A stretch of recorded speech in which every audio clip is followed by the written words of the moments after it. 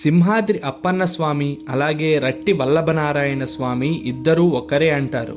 అందుకే అన్ని క్షేత్రాలు తిరిగిన తర్వాత శ్రీకాకుళం జిల్లా హరిపురంలో ఉన్న రట్టి గ్రామంలో ఉన్నటువంటి వల్లభనారాయణ స్వామిని దర్శించుకుంటారు. సుమారు 220 సంవత్సరాల క్రితం ఈ దేవాలయం నిర్మించినట్టు చరిత్రకారులు చెబుతారు. అయితే ఈ ఆలయం వెనుక ఒక చారిత్రాత్మక కథ కూడా ఉంది. అదేంటో ఈ వీడియోలో తెలుసుకుందాం.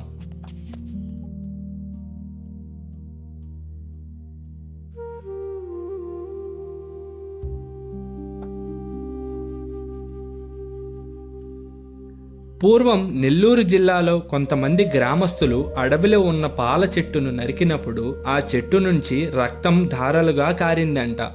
భయంతో అది చూసిన గ్రామస్తులు మూర్ఛపోయారు. అప్పుడు అదే రోజు రాత్రి ఒక వైష్ణవ భక్తురాలి కలలో సాక్షాత్తు సింహాచలం అప్పన్న స్వామి కనిపించి, నేను ఈ చెట్టులో వెలిశాను అని చెప్పి వారు ఏమి చేయాలో వారికి కర్తవ్యాన్ని కలలోనే బోధించడం జరిగింది. అయితే వారు ఆ చెక్క దొంగను భుజాన వేసుకొని పూరీ దిశగా నడవడం మొదలు పెడతారు.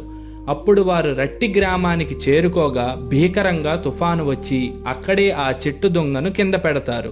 అప్పుడు అదే రోజు రాత్రి ఆ స్త్రీమూర్తికి మరలా స్వామి కలలో కనిపించి, నేను చేరుకోవాల్సిన స్థానం ఇదే అని చెప్తారు. అయితే ఆ స్వామి అప్పుడు మత్స్య వల్లభనారాయణ స్వామిగా వెలిశారని చరిత్రకారులు అలాగే స్థల పురాణాలు మనకి చెప్తున్నాయి.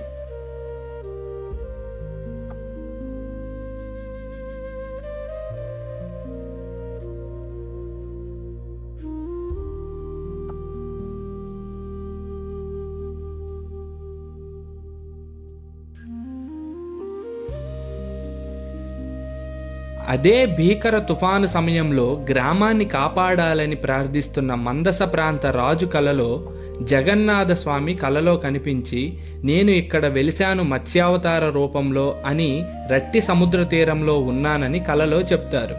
అప్పుడు రాజు ఆ ప్రదేశానికి చేరుకొని మంచి రోజును చూసి స్వామివారిని ఆ స్త్రీమూర్తి చేతుల మీదుగా ప్రతిష్ఠించారని స్థల పురాణాలు చెప్తున్నాయి. అయితే స్వామి ప్రతిష్ఠ తరువాత రాజుగారికి సంతానం కూడా కలిగింది. అలాగే వారి తలనీలాలు ఇక్కడే సమర్పించుకున్నారట. అందుకే ఇక్కడ ప్రజలు మొదటి తలనీలాలు ఈ వల్లభనారాయణ స్వామి దగ్గరే తీర్చుకుంటారు. ఇదండి మన రట్టి వల్లభనారాయణ స్వామి చరిత్ర. ఈ వీడియో మీకు నచ్చినట్టయితే లైక్ చేయండి. అలాగే మరిన్ని ఇంట్రెస్టింగ్ వీడియోస్ కోసం మన వీకెండ్ డిలైట్ ఛానల్ని ఇప్పుడే సబ్స్క్రైబ్ చేసుకోండి. నెక్స్ట్ వీక్ మరో కొత్త వీడియోతో మీ ముందుకు వస్తాను. This is Pavan Kumar Tanikella signing of.